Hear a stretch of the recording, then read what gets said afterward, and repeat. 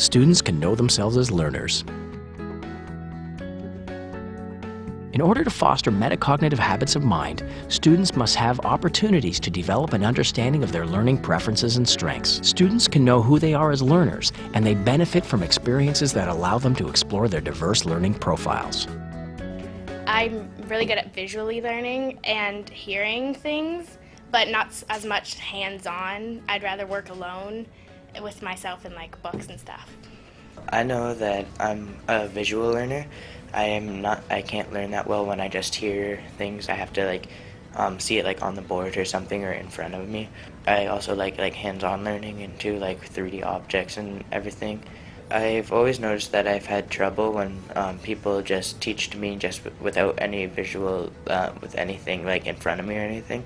Afterwards, I usually forget a lot of things. Sometimes even during the test, I sometimes forget what I learned. Sometimes I like to think with others, and she lets us work in our group because sometimes I get stuck, and I find it's easy when you have people there to help you. I tend to get distracted for doing hands-on work, so I don't know, it's not very much my strong point.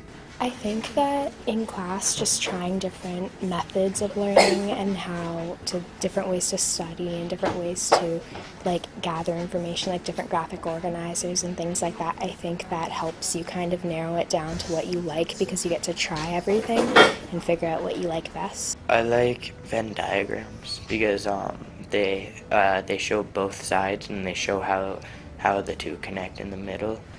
I also like T-charts, so you can explain both sides and everything to compare them.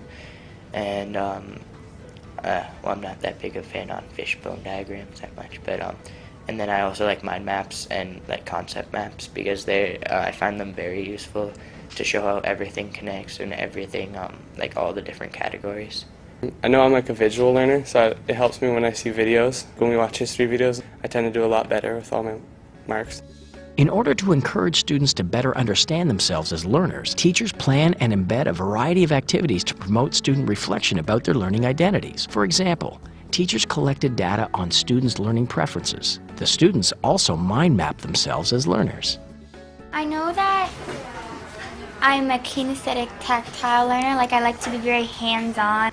It kind of helped me figure out how to place myself on a chart. It helped me figure out what are my strengths in learning. I'm good at describing things. It helped me figure out who I really am as a person. If kids understand that there are different intelligences, that there's this logical, mathematical, linguistic, and musical, and spatial, etc., that there's different ways that I can be smart, and that these things are not static.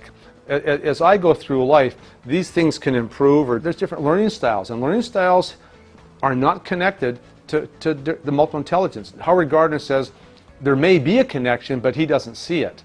But learning styles is how I approach learning. You and I can both be the two top violinists in the world, and we can have completely different sort of intelligences and completely different learning styles. Now, we're both really highly skilled in musical intelligence, but other than that, our intelligence, our profile could be completely different. You like group work, I don't like group work. You want it warmer, I want it colder. You like music being played, I like it being quiet. Right? This is just how we approach learning.